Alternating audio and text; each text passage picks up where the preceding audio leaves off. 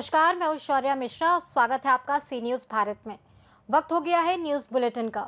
इस बुलेटिन में बात होगी गोंडा की, जहां जीआरपी सिपाही आकाश सिंह दोनों पैर कटने की गंभीर दुर्घटना का शिकार हो गए।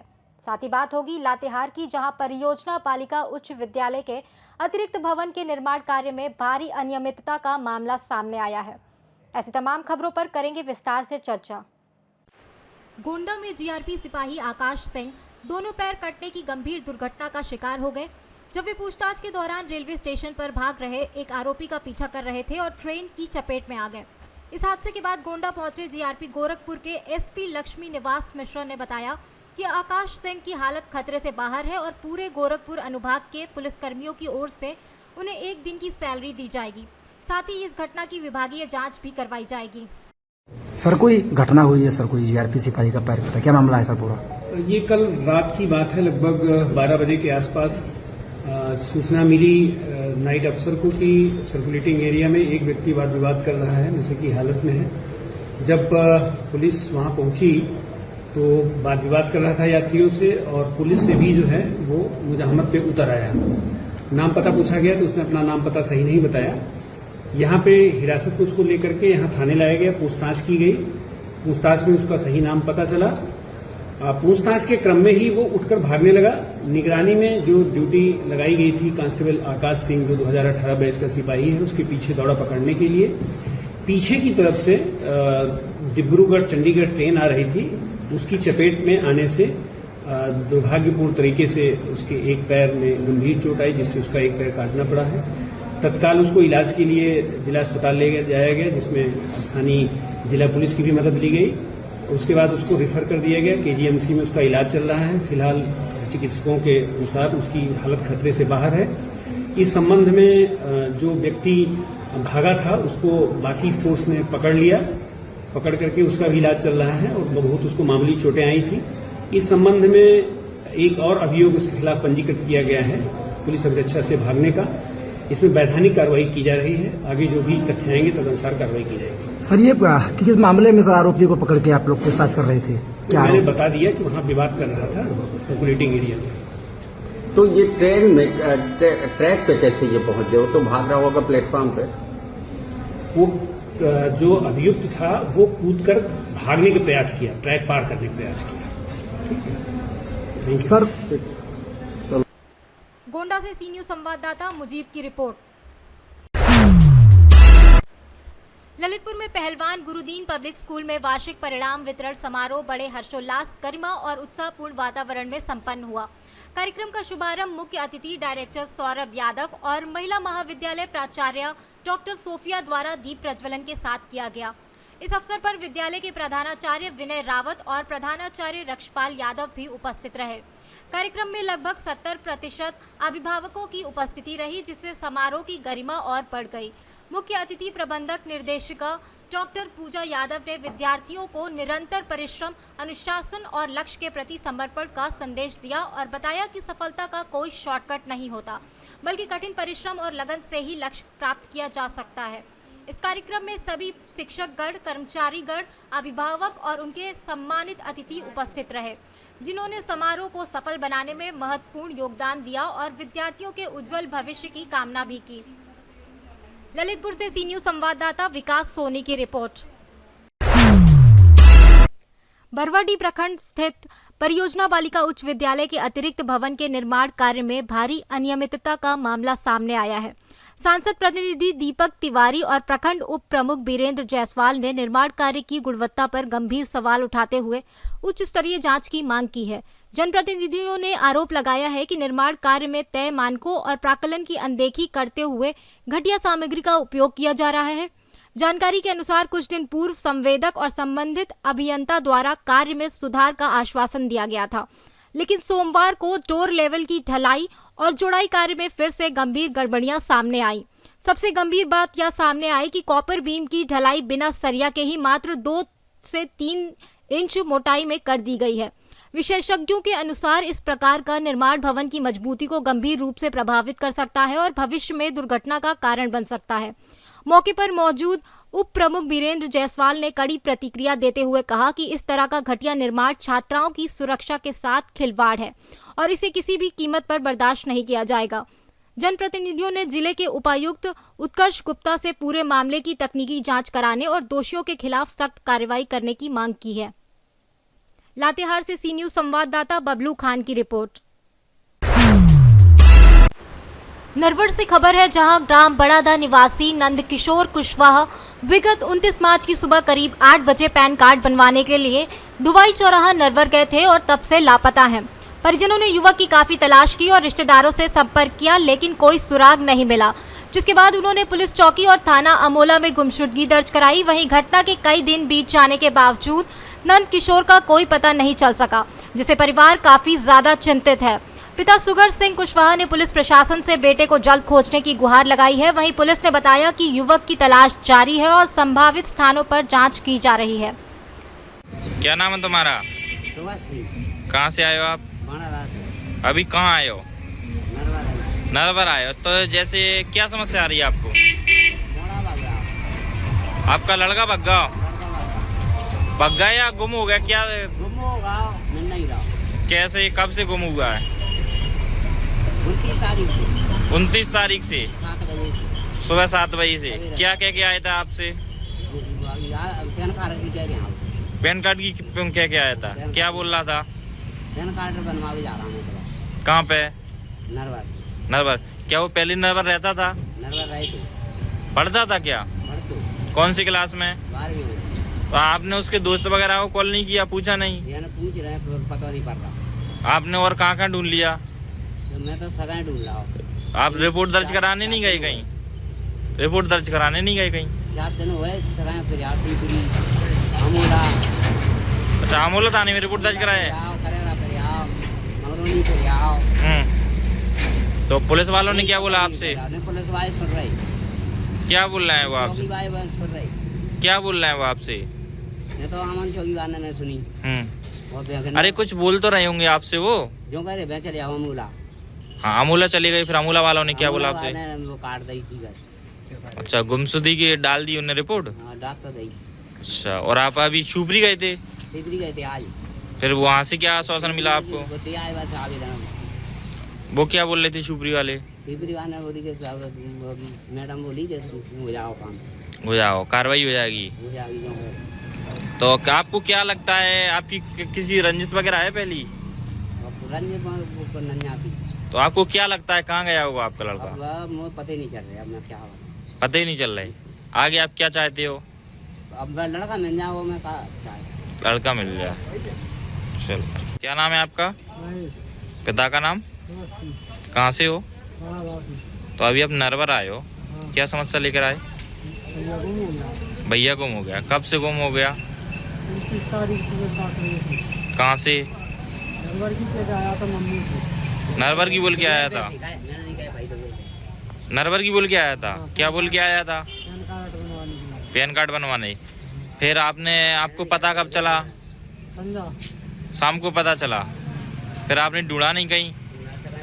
लाया रिश्तेदारी में, मैंने सोया। फिर रिपोर्ट दर्ज कराई कहीं? अमूला। हाँ, फिर वहाँ से क्या रिपोर्ट क्या बोला फिर उनने? बोला मिल जाएगा, हम कार्रवाई करेंगे। कितने वर्ष का है आपका भाई? 18 साल का है। तो फिर क्या किसी पे संदेह कोई लेकर गया है कि वैसे गुम हुआ है? आपके यहाँ कोई लड़ाई वगैरह हुई थी घर पे? नहीं हुई। तो क्या कारण रहा है ऐसा कर वो चला गया? वैसे ही? तो आपने दोस्त वगैरह के यहाँ कॉल करी किसी के यहाँ? दोस्त वगैरह का पता ही नहीं चला। पता ही नहीं है आपको? पता ही नहीं। पहले कभी वो नरवर रहा है? रहता था, दूसरा भी आया। अच्छा, तो नरवर क्या पढ़ाई करता होगा?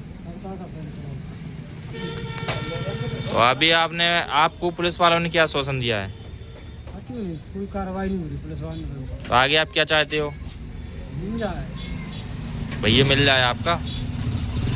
ठीक है। शिवपुरी से सी न्यूज संवाददाता विनोद सिकरवार के साथ कृपाल सिंह सोलंकी की रिपोर्ट। रामपुर के कुंडा चौकी क्षेत्र में स्थित शाहाब हॉस्पिटल नर्सिंग होम में कार्यरत टेक्नीशियन पवन कुमार के साथ आज शारीरिक और मानसिक हमले का मामला सामने आया है। पवन कुमार ने बताया कि एक मरीज की एंट्री करने में चूक के बाद डॉक्टर मकसूद हसन के भाई अजहर हसन अस्पताल में आए और मरीज के बारे में जानकारी मांगते हुए बदतमीजी करने लगे। विरोध करने पर अजहर हसन ने पवन कुमार का गिरेबान पकड़कर गाली दी, कान पर थप्पड़ मारा और धमकी भी दी।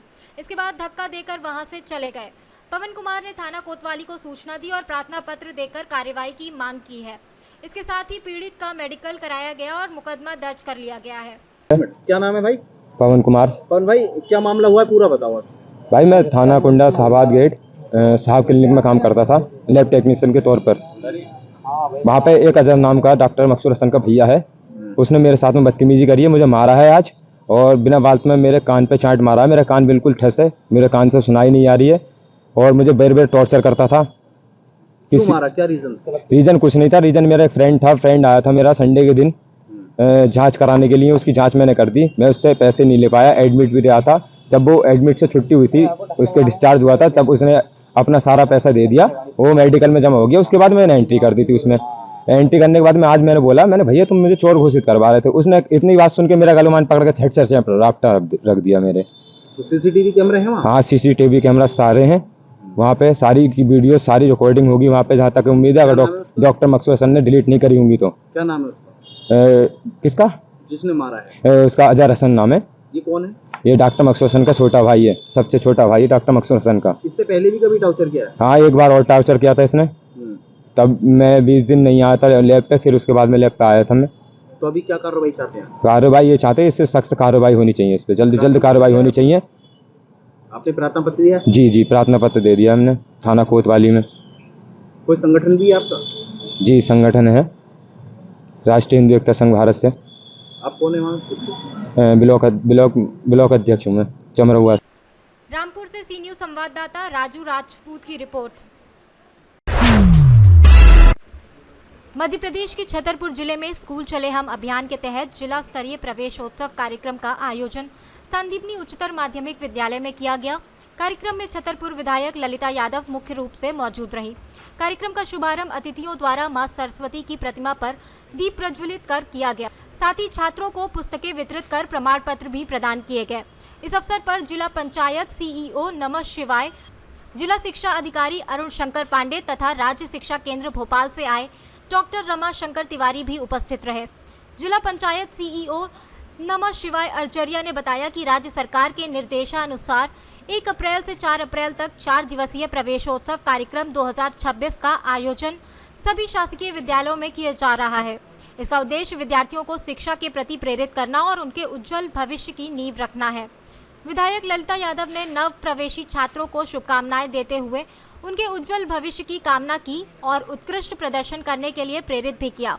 कार्यक्रम के अंत में विद्यालय के प्राचार्य जीपी अग्रवाल एवं उप प्राचार्य राजकुमार शर्मा ने अतिथियों का पुष्पगुच्छ भेंट कर स्वागत किया। प्रवेशोत्सव प्रारंभ हुआ है, क्या सबसे पहले तो मैं सारे जो बच्चे हैं जो प्रवेश ले रहे हैं उनको बधाई और शुभकामनाएं देता हूं। और आज मध्य प्रदेश शासन की ये महत्वपूर्ण कार्यक्रम के रूप में हर जिला स्तर पर हर स्कूल में ये उत्सव मनाया जा रहा है। उसी क्रम में आज छतरपुर में ये उत्सव हुआ। माननीय मुख्यमंत्री महोदय ने भी इसमें सीधा प्रसारण के माध्यम से जुड़े बच्चों से बातचीत की और पूरा उद्देश्य है कि शिक्षा जो कि बच्चों का मूल अधिकार है वो उनको अच्छे से अच्छे ढंग से गरिमापूर्ण ढंग से मिले। और आज उसी क्रम में यहाँ पुस्तकें भी वितरित हुई और बच्चों को प्रेरणादायी उद्बोधन भी दिया। विद्यालय का नाम है पूरे प्रदेश में और यस, निश्चित रूप से तो इस संबंध में जो ध्यान आपने आकर्षित किया है मैं उस पर चर्चा करूंगा और जो भी आवश्यक व्यवस्थाएं नियमानुसार वो कराई जाए। कार्यक्रम हुआ प्रवेश उत्सव पर, क्या कहेंगे? मैं आज प्रवेश उत्सव पर बच्चों को बहुत शुभकामनाएं बधाई देना चाहती हूँ। साथ ही हमारे प्रदेश के मुख्यमंत्री डॉक्टर मोहन यादव जी को और देश के यशस्वी प्रधानमंत्री माननीय नरेंद्र मोदी जी को बधाई शुभकामनाएं देना चाहती हूँ। जिन्होंने यहाँ पर पहले मॉडल स्कूल बनाया, फिर सांदीपनि विद्यालय बन के तैयार हुआ है। और बच्चे यहाँ पर 10th में 100% रिजल्ट रहा और 12th में 99%। ये बहुत बड़ी उपलब्धि है। सभी गुरुजनों को, यहाँ के प्राचार्य को, सभी को मेरी ओर से बहुत बधाई और बच्चे आगे बढ़े, हमारे जिले का, छतरपुर विधानसभा का, पूरे प्रदेश और देश में नाम रोशन करें, ऐसी मेरी ईश्वर से कामना। छतरपुर से सी न्यूज़ संवाददाता कुलदीप सक्सेना की रिपोर्ट। कैमूर जिले में किसानों की समस्याओं को लेकर किसान संघर्ष मोर्चा ने जिलाधिकारी को ज्ञापन सौंपा। 7 सूत्रीय मांगों को लेकर पहुंचे प्रतिनिधि मंडल ने भारतमाला परियोजना के तहत अधिग्रहित भूमि के मुआवजे में हो रही देरी पर नाराजगी भी जताई। किसान संघर्ष मोर्चा कैमूर के अध्यक्ष विमलेश पांडे के नेतृत्व में प्रतिनिधि मंडल ने जिलाधिकारी नवीन कुमार से मुलाकात की। इस दौरान अभिमन्यु सिंह जिलाध्यक्ष भारतीय किसान मजदूर यूनियन और अनिल सिंह सचिव किसान संघर्ष मोर्चा भी मौजूद रहे। ज्ञापन में किसानों ने मांग की कि हड़ताल पर गए सहायक भू अर्जन पदाधिकारी के स्थान पर अन्य अधिकारी को प्रभार दिया जाए, लंबित मामलों का जल्द निपटारा हो, मुआवजा राशि बढ़ाई जाए तथा भभुआ में ऑर्बिटर कैंप कोर्ट लगाया जाए। साथ ही भारतमाला परियोजना में लगे वाहनों की ओवरलोडिंग और तेज रफ्तार पर रोक लगाने और चांद प्रखंड में फसल क्षतिपूर्ति के रिजेक्ट आवेदनों को मान्य कर भुगतान करने की भी मांग उठाई गई। जिलाधिकारी नवीन कुमार ने किसानों की मांगों पर सकारात्मक रुख अपनाते हुए जल्द कार्यवाही का आश्वासन दिया। वहीं किसान नेताओं ने चेतावनी दी कि यदि मांगों पर शीघ्र कार्यवाही नहीं हुई तो परियोजना कार्य को बाधित किया जाएगा। कहाँ आए थे आप लोग? हम लोग आए थे अभी डीएम साहब से मिलकर, किसानों की जो कुछ समस्याएं थी उसको लेकर के हम लोग डीएम साहब से वार्ता किए, उनको आवेदन भी दिए, उन्होंने आश्वासन भी दिया कि नहीं इस पर हम देखते हैं, बहुत जल्द काम होगा। ये डीएलओ के अभाव में, सहायक जिला भूअर्जन पदाधिकारी सहायक के अभाव में कुछ पेंडिंग में काम किसानों की फंसी हुई है और जो हाईवा ओवरलोड लेकर के धूल उड़ाते हुए चल रहा है, किसानों की क्षति, धूल से बहुत क्षति हुआ है फसल का, उसके लिए भी उनको अवगत कराया गया। उन्होंने कहा कि इसका हम लोग चिट्ठी भेजेंगे ऊपर में। मुख्य मांग क्या है आपका? मुख्य मांग यही था कि अभी तत्काल जो अभी कितने किसान वंचित रह गए हैं, जिनकी आवेदन को दोगुना नहीं हो पाया है, और आर्बिट्रेटर कोर्ट यहाँ एक बार लगे जिससे वंचित किसान का पूर्ण काम हो सके, जो बाकी रह गए हैं उनका दोगुना हो जाए। क्या नाम है आपका? विमलेश पांडे, जिला कैमूर से सी न्यूज़ संवाददाता राम प्रवेश तिवारी की रिपोर्ट। उत्तर प्रदेश के कन्नौज जिले के छिबरामऊ स्थित 100 सैया अस्पताल की बदहाल व्यवस्था सामने आई है। दीलू के नगला में बने इस अस्पताल में करोड़ों रुपए खर्च होने के बावजूद मरीजों को टॉर्च की रोशनी में इलाज कराने को मजबूर होना पड़ रहा है। बताया जा रहा है कि अस्पताल में जनरेटर मौजूद है, लेकिन वह केवल शोपीस बनकर रह गया है और बिजली व्यवस्था पूरी तरह से ठप है। इससे मरीजों और तीमारदारों को भारी परेशानियों का सामना करना पड़ रहा है। परेशान तीमारदारों ने अस्पताल का वीडियो बनाकर सोशल मीडिया पर वायरल कर दिया, जिससे स्वास्थ्य विभाग की लापरवाही उजागर हो गई है। अब सवाल यह उठ रहा है कि इतनी बड़ी लापरवाही के लिए जिम्मेदार कौन है और कब तक मरीजों को इस तरह की समस्याओं का सामना करना पड़ेगा। क्या नाम है आपका? प्रियंका। कहाँ की रहने वाली हो? छिबरामऊ। कल क्या हो गया था? रात में आपने एक वीडियो बना करके वायरल किया था। कल सारे मरीज इतने परेशान हो रहे थे कि अपनी फ़ोन की टॉर्च जला के बैठे हुए थे। कम से कम 3-4 घंटे तक लाइट नहीं आई और यहाँ पर खाने की भी कोई सुविधा नहीं है। हम यहाँ 3-4 दिन से हैं और जो खाना देने वाले आते हैं, दलिया देख जाते हैं, वो भी 11 बजे, वो भी आवाज़ दे के। और मेरे पास कोई नहीं था तो हम तो रह गए हैं। मरीजों को पास जाके देना चाहिए और हम तो रह गए, तो हमने तो नहीं ले पाया दलिया। आवाज़ दे के चले जाते, कौन खाएगा कौन नहीं। सुबह 11 बजे दलिया के अलावा यहाँ कुछ भी नहीं मिलता है और जिनका यहाँ परिचय बस वही काम होता है, बाकी का यहाँ सब लोग खड़े ही रहते हैं। अच्छा, जनरेटर यहाँ होने पर लाइट में चलती? नहीं, जनरेटर वही 4 घंटे बाद, हम तो 4 घंटे रहे यहाँ पे, मतलब फ़ोन की टॉर्च जला के और बैठे रहे। यहाँ कोई सुविधा नहीं थी। इस समय आप कहाँ पर हैं? कौन से अस्पताल में हैं? ये छिबरामऊ के पास 100 सैया हॉस्पिटल है, उसी में। कल कितनी तारीख को आप जब यहाँ पर आई थी? मतलब कल 30 तारीख थी और हम आए थे 6 बजे लगभग। 30 तारीख से आप भर्ती हैं। कन्नौज से सी न्यूज़ संवाददाता महेश गौड़ पप्पू की रिपोर्ट। जनपद रामपुर के थानागंज क्षेत्र में पुलिस ने 2 अभियुक्तों को नकली करेंसी के साथ गिरफ्तार किया है। पुलिस कार्रवाई के दौरान आरोपियों के पास से कुल 10,500 रुपए की नकली करेंसी बरामद की गई। जानकारी के अनुसार सिनवान के पास से एक आरोपी के कब्जे से 500 रुपए जैसे दिखने वाले 10 नकली नोट बरामद हुए, जिनकी कुल कीमत 5,000 रुपए है। साथ ही उसके पास से एक रेडमी नोट मोबाइल फोन भी बरामद किया गया। वहीं दूसरे आरोपी मिन्हास के पास से 11 नकली नोट बरामद हुए, जिनकी कुल कीमत 5,500 रुपए है। उसके पास से एक सैमसंग गैलेक्सी मोबाइल फोन भी पुलिस ने जब्त किया है। पुलिस ने दोनों आरोपियों को गिरफ्तार कर आगे की कानूनी कार्रवाई शुरू कर दी है। रामपुर से सी न्यूज संवाददाता राजू राजपूत की रिपोर्ट। नासिक शहर से 25 किलोमीटर दूर गंगामलुंगी गांव में ग्रामीण सरकारी विकास कार्यों की घटिया गुणवत्ता को लेकर आक्रोशित हैं। विधायक सरोज ताई आहिरे के निर्वाचन क्षेत्र में हाल ही में लगभग 2 किलोमीटर लंबी सड़क का निर्माण कार्य पूरा हुआ था, लेकिन मात्र 2 महीने में ही सड़क की ऊपरी सतह उखड़ गई है और जगह जगह गड्ढे दिखाई देने लगे हैं, जिससे राहगीरों को गंभीर परेशानी हो रही है। स्थानीय निवासी सोनू बेंडकोली ने प्रशासन से मांग की है कि संबंधित विभाग के इंजीनियर सड़क का निरीक्षण करें, निर्माण में लापरवाह ठेकेदार के खिलाफ सख्त कार्रवाई की जाए और जनता के पैसे की बर्बादी रोकने के लिए सड़क का पुनर्निर्माण गुणवत्ता के साथ कराया जाए।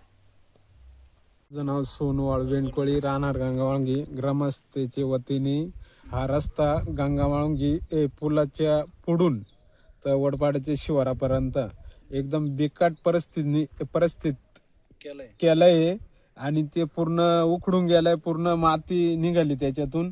त्यांनी दुरुस्ती करून द्यावे, नाहीतर ते ज्यांनी ठेकेदारांनी काम घेतलं त्याच्यावर सदर कारवाई व्हावी आणि इंजिनियरला सुद्धा त्यांनी चौकशी करावे, नंतरच त्यांचे बिल पास करावे, नाही तर आम्ही ग्रामस्थ सगळे गावकरी मिळून इथं आंदोलन कर। नासिक से सी न्यूज संवाददाता लक्ष्मीकांत निकम की रिपोर्ट। फिलहाल के लिए इस न्यूज बुलेटिन में बस इतना ही। देश और दुनिया की तमाम बड़ी खबरों के लिए बने रहिए सी न्यूज भारत के साथ। हर खबर आपके साथ, आपके हाथ।